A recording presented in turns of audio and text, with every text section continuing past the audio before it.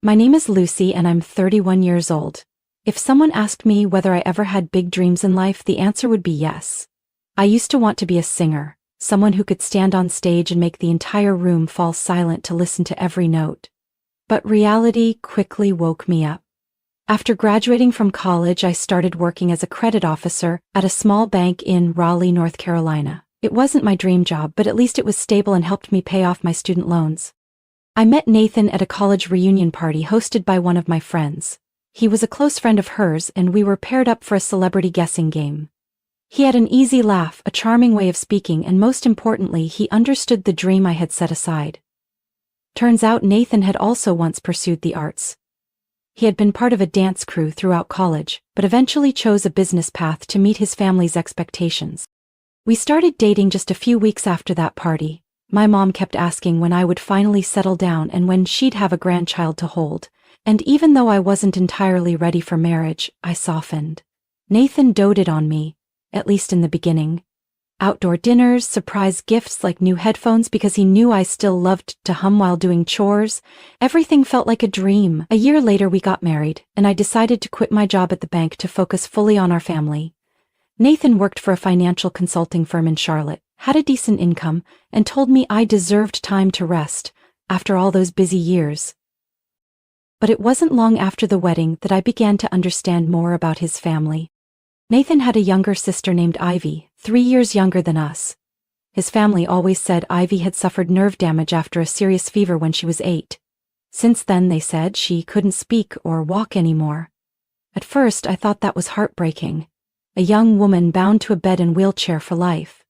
But strangely, Ivy didn't seem as sorrowful as I had imagined. Though she couldn't speak, she communicated through drawings and a letterboard. I was hesitant at first, but I learned to understand Ivy through her eyes, her smile, and her gentle gestures. I remember once, sitting with Ivy on the back porch, I pointed to the sky and drew a musical note in the air. Ivy smiled and drew a heart. I laughed and signed back, "You understand me." She nodded, her eyes sparkling like we had just shared a secret. If Ivy was a gentle light, then my mother-in-law Linda was a quiet storm. She always looked at me with a calculating gaze, as if I were a product still within the return window. Every time I stepped into her house, I felt like I was taking a surprise test. "Don't leave Nathan's shoes lying around like that. He looks like someone with no job," she'd say with disapproval. "If your husband looks like that, who's going to respect his wife?" I'd force a smile and quickly place the shoes back into the closet. Everything in that house had to be arranged a certain way. Towels folded left to right, laundry hung by color order. I was no stranger to perfectionism, but the way Linda carried it out always made me feel small. To her, Nathan was still little Nathan, and I, though legally his wife, was an outsider to the family. After the wedding, we lived in a small apartment just about a 20-minute drive from Nathan's parents' home, and somehow, Linda always knew exactly when I was home alone. She would call, or worse, show up unannounced, carrying a bag of groceries and a list of suggestions, as if I were a new housekeeper.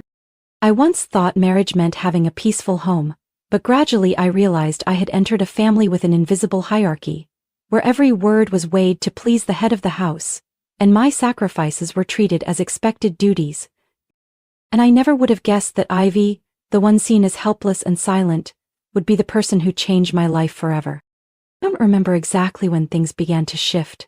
Maybe it was a few months after our first anniversary, when Nathan no longer smiled as I handed him his morning coffee, or when he stopped texting to ask if I'd had lunch. The little things that once made me feel loved suddenly disappeared. Nathan started coming home late more often, blaming long meetings or saying the boss needed me to stay and review documents. On those nights, I'd eat dinner alone, staring at my cold plate and convincing myself he was just busy with work. But over time, the distance between us grew more obvious.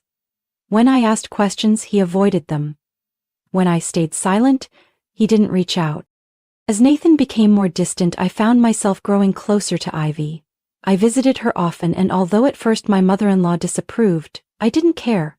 Every time I came by, Ivy would be waiting by the window, her sketch pad ready. She drew little houses, cats wearing hats, kites flying in the sky. In her art, I saw her spirit. Vibrant, intelligent, and far more perceptive than anyone in the family gave her credit for. I started teaching myself sign language in the evenings, after Nathan was asleep or working on his computer. At first I only learned basic signs like hello and thank you, but soon I understood more. It wasn't just a language. It was a bridge between me and Ivy. Whenever we talked with our hands, it felt like we were escaping a cold world where my mother-in-law's sharp words still echoed in my ears. "I don't understand why Nathan chose someone like you," Linda said one evening when I had just helped Ivy tidy her room. "Ivy might like you, but that doesn't mean I have to." I didn't respond. Not because I had nothing to say, but because I knew with Linda silence was the clearest form of resistance. Every word she uttered felt like an attempt to correct me. And Nathan? He neither defended me nor disagreed with his mother. Every time I mentioned her cutting remarks, he would shrug. "That's just how Mom is, get used to it." Eventually I stopped telling him.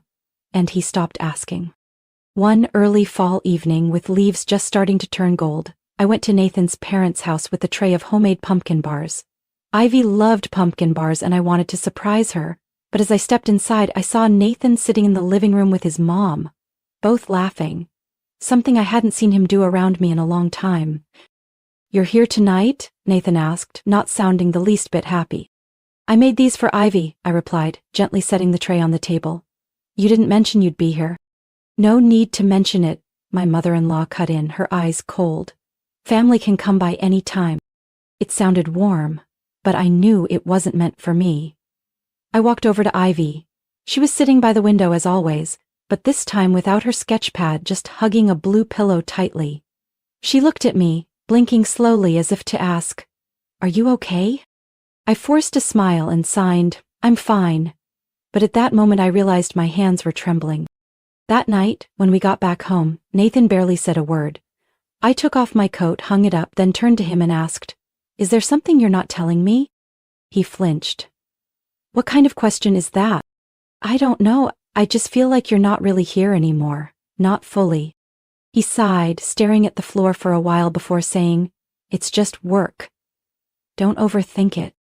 There it was again. Don't overthink. I said nothing more, but I knew my instincts weren't wrong. Something was happening in this family, and I, once someone he cherished, now felt like an outsider in my own marriage. Ivy was the only light left. But what I didn't know yet was that her light would be the one to reveal all the secrets Nathan and his family had been hiding for so long. About 3 weeks later, on a quiet weekend morning, I was making breakfast when Nathan walked into the kitchen looking uneasy. He set his phone down on the dining table and gave me a cautious look, like he was about to say something important. "Lucy, do you have any plans for next week?" he asked with a hesitant tone. I stopped what I was doing and turned to look at him. Lately, Nathan rarely asked about my schedule. My heart started to beat a little faster. "I don't have anything planned. Why?" Nathan hesitated for a moment before continuing. "My family just decided to take a trip to Hawaii. My parents. And me too." I was surprised and for a second even a little excited. Hawaii?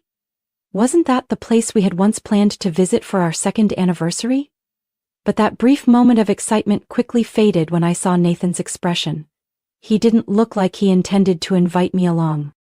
"So what about me?" I asked, trying to keep my voice steady, though the sting of being left out had already begun to rise. Nathan stared down at the table, avoiding my eyes. "Lucy, this time it's just a family trip. Actually, there's something important I want to ask you." A wave of unease washed over me. I took a deep breath to steady myself. "What is it you want me to do?" He paused, then said, "My family would like to ask you to stay home and take care of Ivy while we're gone." I froze, disappointment crashing over me. I had sensed the growing distance lately, but I never imagined Nathan would exclude me this blatantly. "Take care of Ivy?" I repeated, disbelief clear in my voice. "Why not bring her along?" Nathan sighed. "Mom said it would be too difficult for Ivy to travel that far.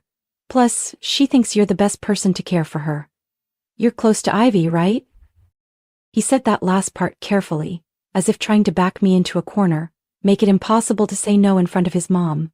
And right then the doorbell rang. I hadn't even moved yet when Nathan walked quickly to answer it. A minute later, my mother-in-law, Linda, stepped in, wearing her usual stern expression. "I believe Nathan already explained everything to you, Lucy," she said, her sharp eyes fixed on me.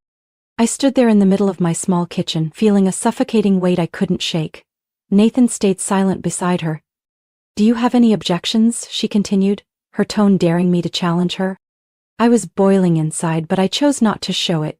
Instead, I gave a faint smile and replied softly, masking the deep disappointment rising in me. "No, of course not. I'd be happy to take care of Ivy." Linda nodded, clearly satisfied. "Good. We can enjoy our vacation knowing Ivy will be well looked after." Nathan turned away, clearly avoiding my gaze. After his mother stepped outside to wait in the car, he came closer and whispered, "I'm sorry, Lucy. I didn't mean to put you in a tough spot, but everything's already been arranged." I looked up at him, hiding my emotions, and said quietly, "Sounds like you made your decision before asking me, didn't you?" Nathan went quiet for a moment, then said under his breath, "I didn't have a choice." He walked out quickly, leaving me standing in the kitchen surrounded by silence. I had done everything I could to please this family, and this was what I got in return: indifference and decisions made without me. And yet, in that moment, I realized one thing. At least I wouldn't have to deal with Linda's scrutiny for the next several days. That afternoon, I went to Nathan's parents' house to see Ivy. She was sitting by the window, her eyes lighting up as soon as she saw me walk in.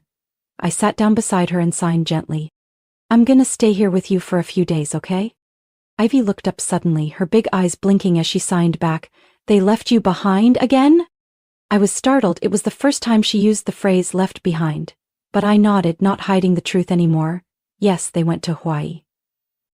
Ivy stared at me for a moment, then signed something that stopped me cold. "We have plans too, they'll be surprised." I stared at her in disbelief. She just smiled, her eyes carrying a mysterious glint I'd never seen before. And that's when I realized, maybe Ivy was the one who truly understood the secrets this family had been hiding. And what she was about to reveal would show me that being left behind this time might actually be the opportunity I never saw coming. The next morning I opened the living room curtains at my in-laws' house. Warm spring sunlight poured through the window, softening the space. The house was unusually quiet. Nathan's family had left for the airport early that morning. No more Linda's complaints, no more judgmental stares over how I swept the floor incorrectly. I made a cup of coffee and brought it into Ivy's room like I always did. She was lying on her side, gazing out the window at the lavender bush her mother had planted last year. I knocked softly and entered. "I brought coffee. I used the vanilla blend you like." Ivy slowly turned her head, and what happened next flipped my entire world upside down. She pushed herself up to a seated position. I froze in place, eyes wide. It felt like someone had muted all sound in the room. My heart pounded so hard I thought I was dreaming. What are you doing?" I stammered, unable to hide my shock. Ivy let out a soft laugh, then, unbelievably, spoke. Her voice was gentle yet firm. "Calm down. Don't freak out." I almost dropped the coffee cup. "Ivy, you can talk? You can walk?" She stepped out of bed, taking solid steps toward me, no trembling, no hesitation, completely steady. "I never lost the ability to walk or talk," she said calmly. "It was all an act, one I had to keep up for years to protect myself." I couldn't speak. Memories came rushing back. Pushing Ivy's wheelchair, comforting her after Linda's scolding. Had all of it been fake? "Why?" I finally asked. "Why would you do that?" Ivy sat down in a chair and motioned for me to sit too. Then she began to speak, her voice clear and even. "I'm Nathan's half-sister. His dad had me with his first wife. My stepmother, Linda, never saw me as part of the family. After my dad passed away, she gained full control. I was a burden, something she had to tolerate. When I had a high fever at 10, she didn't take me to the hospital in time, and she was the one who told neighbors I had brain damage. When I recovered, I chose to stay silent. I could hardly believe what I was hearing. You pretended all these years? Not forever. Just since I realized that the weaker I appeared, the less they paid attention. And the less attention, the more freedom I had." She smiled. "You, though, you were the only one who saw me as a real person, not a responsibility, not a burden." I sat there stunned. The pieces started to fall into place. I remembered her knowing looks every time Linda lashed out at me, the quiet smiles, the subtle winks. All along, Ivy had been alert, watching, waiting. But why now? I asked. Why tell me this now? Ivy stood up, walked to the closet and pulled out a small suitcase. Because we're going on a trip, she said, her voice unusually upbeat. You didn't really think I'd sit around and watch them have fun in Hawaii, did you? My jaw dropped. You? You're going to Hawaii? She nodded firmly. Plane tickets, hotel, everything's ready, and yes, you have a ticket too. Dad left me some money before he passed. I saved it for the right moment. I shook my head, still stunned. Ivy looked at me, more serious now than ever. Lucy, you need to see who Nathan and his mother really are. You deserve the truth, and trust me, Hawaii is where everything changes. I looked into her eyes, no longer timid or passive. Standing before me was a strong woman who had stayed in the shadows long enough, waiting for just the right moment. I took a deep breath. Maybe for the first time in months, I felt chosen.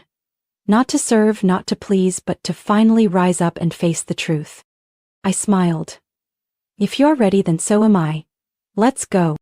Ivy nodded, her smile blooming, and just like that the journey began, not just to Hawaii, but toward the truth behind the marriage I once believed was peaceful. The flight took off early in the morning, just after sunrise. I sat beside Ivy in the economy cabin of a domestic airline, still feeling a little breathless. Everything had happened so fast. Just yesterday I had quietly accepted my role as the one left behind, and now I was flying to Hawaii, with the sister-in-law everyone thought was helpless. Ivy wore a loose white shirt and simple jeans. Her hair was tied back, sunglasses on, looking like any confident young traveler. Every now and then she turned to flash me a playful smile, like we were winning a secret game only the two of us knew about. Still shocked, Ivy tilted her head as the flight attendant handed us drinks. I exhaled and shook my head slightly. Not shocked exactly, just, I never imagined things could turn around like this. Sometimes, she said, sipping her orange juice, it takes a shock to wake us up from a bad dream. I stayed quiet. She was right. I'd been living in a distorted dream for too long, believing in love, in family, in what I thought was real. After nearly 6 hours in the air, we landed at Honolulu Airport under the blazing sun. Ivy hailed a taxi she had pre-booked, taking us to a luxury beachfront resort in Waikiki. Blue ocean, white sand, salty breeze. Hawaii was breathtaking, but I hadn't come here to relax. At the front desk, everything had already been paid for in Ivy's name. She quickly handed me my room key and subtly signed for me to stay quiet since staff were nearby. Once we got to our room, I couldn't hold back anymore. Ivy, where did you get the money for all of this? I asked quietly. She took off her sunglasses, smiling with that same mysterious calm. Dad left it for me. I kept it safe, untouched, until it really mattered. But your plane ticket, the hotel, the taxi, all of that must have been really expensive. Dad told me to live for myself, and I feel like this is the moment. I nodded, my eyes fixed on the ocean outside the window. Where are we going to see them? Ivy pulled out her phone, opened a restaurant reservation app and showed it to me. Tonight at 7 p.m. poolside restaurant. His mom booked a table for 6, just like their family tour schedule. And you're sure they don't know we're here? Positive. I booked us in the same resort but a different building. They won't run into us. Unless we want them to. We spent the whole day resting in the room, snacking on fruit and crackers. Ivy suggested I try to forget everything for a while, but I couldn't stop thinking about what was coming. I felt like I was stepping into a grand play. Except this time, I wasn't a passive audience member. I was the main character, about to walk onto the stage. Around 6 p.m., Ivy did her makeup lightly, tied her hair up and put on an emerald silk jacket. I chose a long navy dress, simple but elegant. We both looked different, not like the women underestimated back home, but like two people in control. On the way down to the restaurant, Ivy squeezed my hand. They're going to be shocked. But don't get too angry. Let them expose themselves. I nodded, my heart pounding. As we approached the poolside restaurant, we hid behind a... Ivy whispered, "That's her." My stomach dropped. You mean... She's the one Nathan's been seeing. I saw messages from an unknown number on Mom's phone when she left the table. They called her the backup plan. I said nothing. My head was spinning. I looked back at the table where my husband was smiling brightly, like I never even existed. He leaned in and whispered something to the woman, making her laugh hard and place her hand gently on his shoulder. Ivy looked at me. Ready? I tightened my grip on her hand, a cold smile forming on my lips. Yeah. Time for the real show to begin. We positioned ourselves behind a row of palm trees, just a few steps from Nathan's family table. Under the warm lights, glasses clinked and laughter filled the air. My mother-in-law Linda was raising her glass of wine, her face beaming. No trace of the cold, judgmental woman who had hurled so many criticisms at me. But what really stunned me was the sight of Nathan sitting so close to that unfamiliar woman. She looked polished, young, confident, her hand resting casually on Nathan's like it belonged there. There wasn't a hint of guilt on his face, no sign that he had just left home, abandoning his wife to care for a sister supposedly unable to walk. Not one check-in, not one look of regret. Ivy quietly slipped a small phone with an earpiece into my hand. I placed a recorder under their table before they arrived, she whispered. I'm sure they'll say something you should hear. I slid the earpiece in, my hands going cold as their voices rang clearly in my ears. She's never been anything special, Linda said sharply. Hasn't done a thing for this family.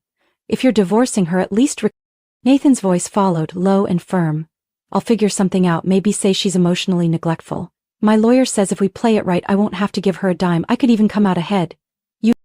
The girl next to you looks promising, Linda chuckled. Compared to Lucy, like gold next to rotting wood. I pulled the earpiece out, my lips pressed into a tight line. Ivy looked at me, not asking, just waiting. I nodded. We stepped out from the shadows and walked straight toward the table. I moved slowly, each step echoing against the wooden deck of the outdoor restaurant. Nathan looked up first. The stunned look on his face nearly made me laugh. Linda froze, her hand still mid-air, wineglass suspended. Good evening, I said, my voice strong and clear. Hope everyone's enjoying dinner? Lucy? Nathan stammered. What are you doing here? Before I could reply, Ivy stepped forward. All eyes turned to her, and without saying a word, she calmly walked over to the table and pulled out a chair across from her stepmother. You're walking? Linda could barely speak. I've been walking and talking just fine since last year, Ivy said, her voice soft but icy. You always liked to see me as a burden. I just played along to help you live in that illusion. Silence fell over the table. The woman next to Nathan quickly pulled her hand away, her face going pale. I pulled out my phone, opened the voice recording, and hit play on speaker. If you're divorcing her, at least reclaim the assets. Linda's voice. Say she's emotionally neglectful. Nathan's voice. Other diners began to notice us. Curious stares turned toward our table. Nathan shot up from his chair, his voice shaking. What are you doing? Are you seriously trying to humiliate me in public? I looked him straight in the eye and said, each word sharp and clear, you've been doing that to me for over a year, just not in public. Linda snapped, Lucy, we can explain. No need, I cut her off. I've heard enough. And I have the proof. I'll be speaking with my lawyer as soon as I get back. This divorce won't be quiet. Nathan rushed toward me, trying to grab my hand, but I stepped back and raised mine to stop him. And you, I said, my voice colder than ever, you'd better be ready to face the consequences of your lies. The woman next to him stood up, clearly trying to leave, but Ivy called after her. You might want to prepare to meet with a lawyer too. I'm sure you know what you've gotten yourself into. Nathan clenched his fists, his face burning with rage and shame. You're ruining my life. I laughed, calm and unshaken. You already did that yourself, Nathan. I just pulled back the curtain. Then I turned and walked away with Ivy, leaving behind the soft lights, expensive wine, and a table full of lies. Nathan ran after us, his footsteps pounding along the stone path. I didn't turn around, but Ivy glanced back at him, her eyes cold as ice. Lucy, you can't do this, Nathan shouted, his voice cracking, no longer composed. You're trying to destroy my life. I stopped walking, turned around, and looked straight into the eyes of the man who used to be my husband. No, Nathan, you did that to yourself. I'm just the one showing the truth. But if the company finds out, I could lose my job. His voice trembled, filled with fear. Standing next to me, Ivy crossed her arms and tilted her head, her tone full of sarcasm. Oh, then maybe you should have thought about that before taking your mistress on vacation and trash-talking your wife while she was home caring for your paralyzed sister. Nathan turned to her, speechless in shock. I shook my head. I didn't come here to cause a scene, but you and your mother pushed me past my limit. Now you'll have to deal with the consequences. Right then, the restaurant manager arrived with 2 security staff. One of them spoke politely but firmly. Excuse me, sir, you're disturbing the other guests. We're going to have to ask you to leave the dining area. Nathan opened his mouth to protest, but when he saw the stares from nearby tables, he fell silent. He let the security team escort him out, looking like someone who had just caused a public scene. I stood still, watching until his figure disappeared behind the glass doors. As for Linda, she didn't say a word the entire time. Her hand gripped her wineglass tightly, as if letting go would shatter everything. When I walked away, she remained frozen. Her eyes weren't proud anymore, just hollow, like someone who had just lost all the control she once held. Ivy and I walked back to our room without speaking. We both knew things were only going to get more complicated, but a strange sense of relief flooded through me. For the first time in a long while, I wasn't stuck in a role someone else had cast me in. The next morning I made a call to North Carolina and contacted a law firm recommended by an old college friend. Though she no longer worked there, they arranged a meeting for me with an attorney named Marilyn Carter. Her voice was calm, steady, and firm. It gave me confidence from the very first minute. I told her everything, the cold marriage, the blatant betrayal, the voice recording, and how Nathan took another woman on vacation while leaving me to care for Ivy. I didn't leave out a single detail. Marilyn nodded. You're entitled to file for divorce with clear evidence of infidelity, and given your husband's job status, we can also request post-divorce financial support. If that woman had a romantic relationship with him during the marriage, you can file a third-party interference claim against her as well. I paused, then said firmly, I want to do everything legally possible to seek justice. We'll take care of the rest, Marilyn said with a reassuring smile, and trust me, you're not alone in this. In the following weeks, everything moved quickly. My lawyer gathered solid evidence, hotel bills, photos, audio recordings, and messages Ivy helped retrieve from her stepmother's old phone. It was all added to the case file. A month later, I received the official notice. Nathan was ordered not only to divide the marital assets but also to pay spousal support for the next 3 years. On top of that, the other woman, Madeline Harper, was sued for alienation of affection with a civil compensation demand. When the first payment hit my account, I looked at the number on the screen and didn't feel triumphant. Instead, I felt like I'd reclaimed my voice. Not because of the money, but because finally, no one else could define my worth. Ivy handed me a glass of non-alcoholic apple cider, her smile glowing. Congratulations, no one can ignore you anymore. We clinked glasses, and the smile on my face felt as soft and steady as the ocean breeze that day. 3 months have passed since the court ruling, and my life looks completely different now. The small apartment I once rented while living with Nathan has been replaced by a top-floor unit overlooking Pullen Park in downtown Raleigh. I moved closer to my old college like I was hitting the reset button, but this time, with a heart no longer afraid. I returned to finance, but now I work as an independent consultant. I choose the projects I enjoy, work with clients I respect, and most importantly, I have the power to say no to anyone who makes me feel unsafe. No more manipulation through fake words, belittling looks, or cold indifference like Nathan and his mother once used on me. I still stay close with Ivy. After everything, we're not just former sisters-in-law, we're survivors, women who chose to rise instead of settle. Ivy moved in with a close friend in Asheville and finally started the graphic design course she'd always dreamed of. She once said, "You were the first person who believed in me enough for me to live honestly." I smiled. Her bravery had lit a fire in me too. One quiet weekend afternoon while I was tending to my balcony plants, the doorbell rang. I was a little surprised. I wasn't expecting anyone. When I opened the door, I saw Nathan and Linda. Both of them looked nothing like I remembered. Gaunt, dark circles under their eyes, clothes worn out. Linda no longer carried her powerful presence. Instead, she looked drained. "Lucy," Nathan spoke first, his voice hoarse and weak. "I know this is unexpected, but could you help us?" I stood silent, not inviting them in, not saying a word. He went on. "I lost my job. After the lawsuit, they let me go without pay. Madeline, she left me when she found out I had nothing. And my dad walked out on her. She's out of money. It's just us now.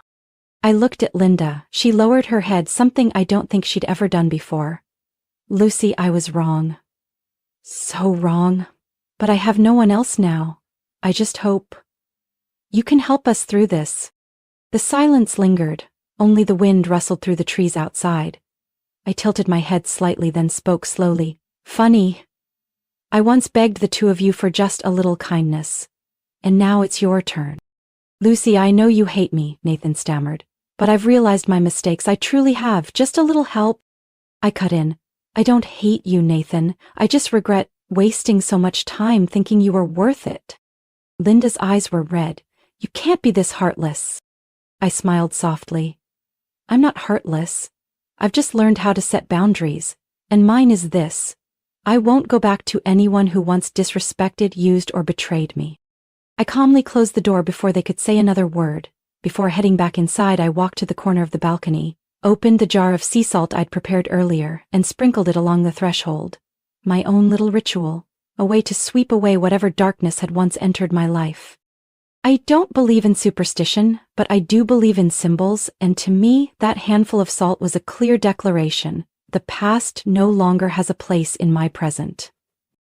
Inside the apartment, the sunset was casting the western sky in a brilliant orange hue.